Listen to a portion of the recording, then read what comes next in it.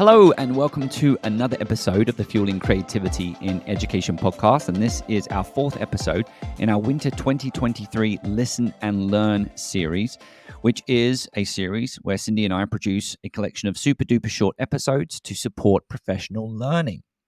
The Listen and Learn series is dedicated to generative AI and its future relationship with creativity in education. And like our summer 2023 Listen and Learn series, these episodes will provide one takeaway around a theme that we think is helpful for you, the educator, to consider as we bring creativity into education. So let's begin. So, Matt, what is our theme for this week? Cyndi, our theme for this week is relationships, which is one of our tips that we shared during our summer Listen and Learn series in 2023. And Cyndi, you found this soundbite. Yes, I did. And Matt, this quote comes from an episode with Patrícia Alves-Oliveira, one of my favorite episodes that we've done. And she came to talk on our show about robotics, which has a relationship with AI because, as Patrícia said, robotics is about the physical form and AI is about the brain or the mind. And Patrícia made a robot called, do you remember? YOLO. YOLO, yes, and investigated how her robot could help students be creative. Are you ready for the clip? Yes, let's hear the clip.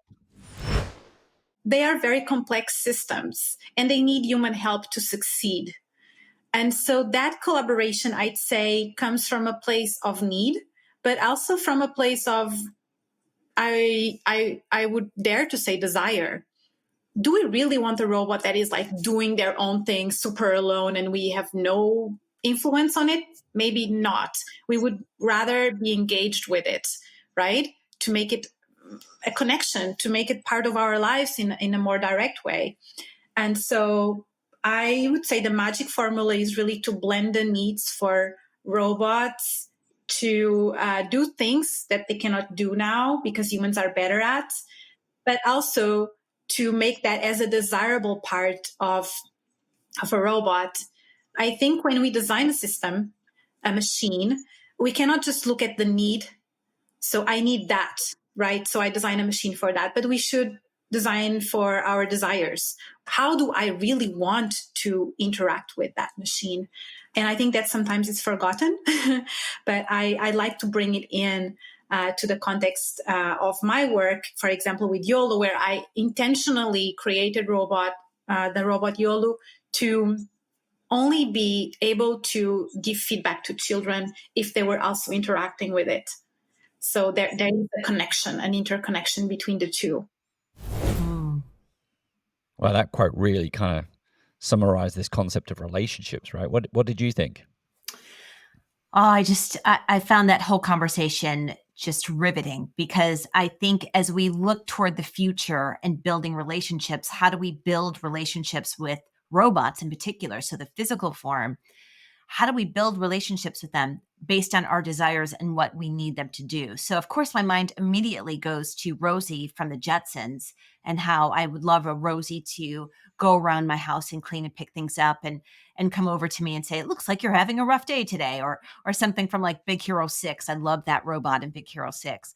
So thinking about our desires of what we want to do in terms of building relationships with robots, I think is fascinating. And what I really, really loved about Patrícia, she was talking about the social emotional learning of students and how they can connect with robots.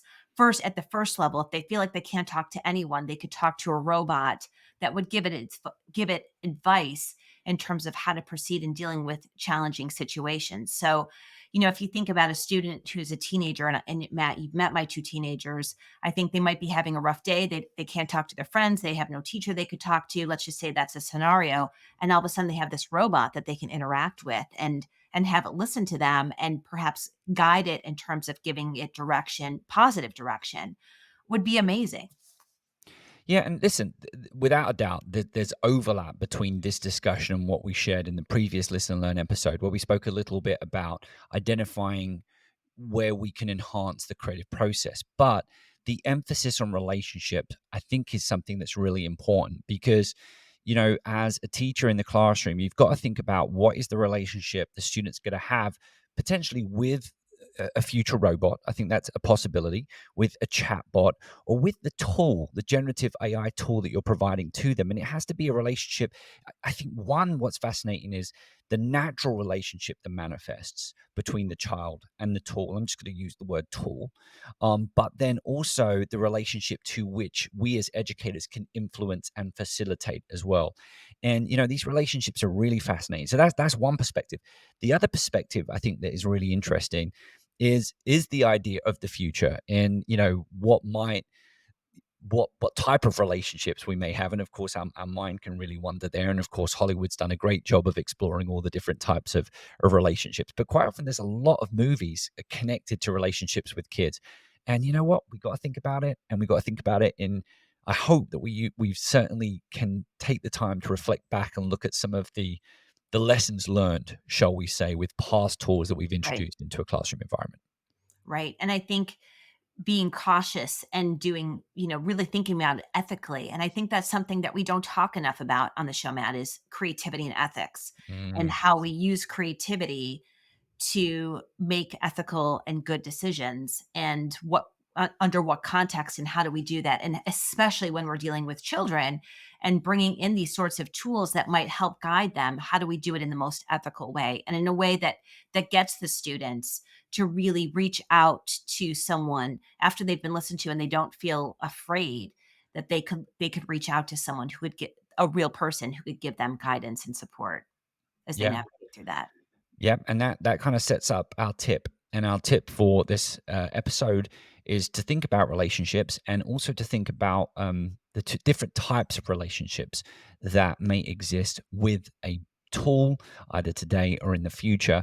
And as Cyndi just pointed out, that there'll be positive relationships, and there may also be negative relationships, and we should be mindful of those negative relationships, or at the very minimum some unintended consequences, as we go about facilitating relationships with generative AI or robotics and chatbots.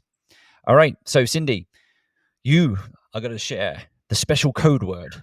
Oh, no, No, you're not special. I'm not Forgive gonna me. share the It's not the code code word. word. It's not the code word. All right. The Sorry. letter. The letter. You are sharing the letter for our code word. And we should remind our listeners, just in case folks are new to the show, and if this is the first Listen and Learn episode, you do need to go back and listen to the other 3 that we've already produced, because all of these different letters come to a code word.